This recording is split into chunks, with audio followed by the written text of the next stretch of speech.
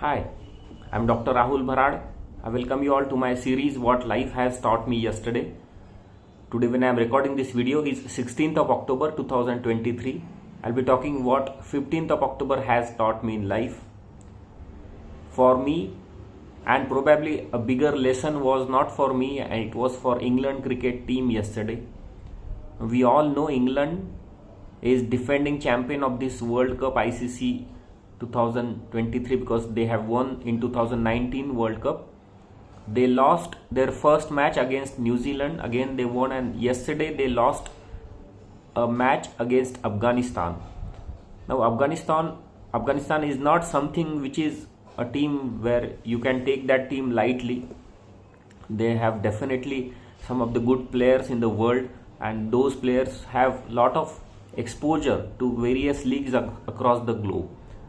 So that experience counted yesterday, and Afghanistan significantly and quite convincingly, I would say, have beaten England, and that's a very shocking news for England cricket team. What lessons I got from watching that match and what we can learn from that, I'll be discussing in this video.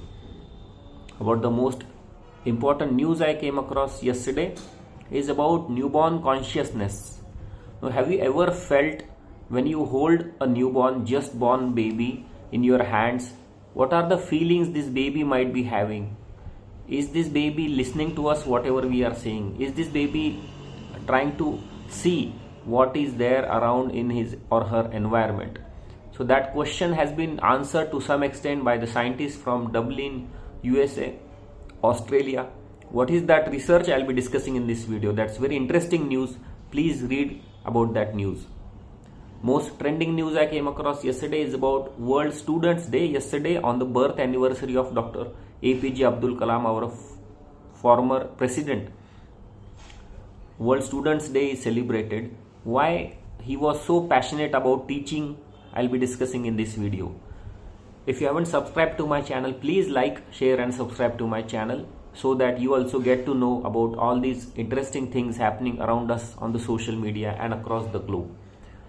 Most important lesson I got from yesterday is by watching that England-Afghanistan match.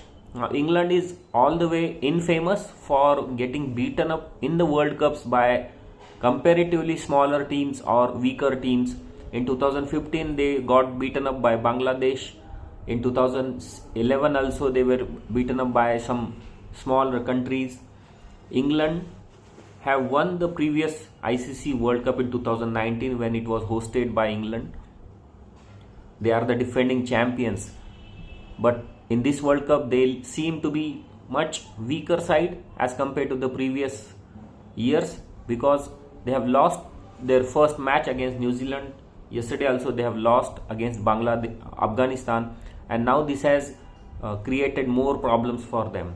Now, why I am trying to discuss what lessons I got from this thing is that in cricket, nothing is guaranteed. It's a sports. Now, we all know in any sports, most of the time, your efforts do matter, but sometimes not only efforts, but some destiny also matters. In this World Cup, Australia has lost their significant matches, and England also has lost two matches in their league stages by now. So that's very serious thing for England cricket fans, and we all know England fans are very much loyal and they want their team to win, just like we want Indian team to win this World Cup. So they are in a bit of shock. Yesterday England got all out for almost 215 runs only, where they were supposed to chase a target of 284 runs which were made by Afghanistan with a good batting. Afghanistan bowled well. We as a cricket fans, we expect sometimes turnarounds in the World Cups. Now we all know all the 10 teams in the World Cups are good enough. They have qualified. 8 of them had already qualified, and rest 2, that is Sri Lanka and Netherlands, have qualified through a rigorous ICC qualifying tournament. So even West Indies could not qualify for this World Cup. What is the thing we can learn from this is that cricket is very unpredictable. Nowadays all the technologies are available to most of the nations. Smaller, comparatively smaller countries and smaller cricketing nations, just like Afghanistan, most of their players, they play cricket across the globe in various leagues, just like IPL, Big Bash League, and other leagues in South Africa and West Indies also. So they have a good exposure. So you cannot rule out a national team in the World Cup simply based on their experience in the World Cups. Though Afghanistan is a very newer team as far as World Cups are concerned, but their players have got a lot of experience now. Some of the players from Afghanistan like Rashid Khan, Mohammad Nabi, Naveen Ullah, they have got a lot of league exposure, and that counted yesterday actually, and that has resulted into the victory of Afghanistan over England yesterday. So that was a shocking news. Being a cricket fan, this month and next month also is all the World Cup which is there in our mind, so we get influenced by that. So if you are a cricket fan, you must agree that this is an interesting news to be discussed. Most important news I came across yesterday is about consciousness of newborn. Now there is a beautiful article and a study done by scientists from Dublin, USA and Australia.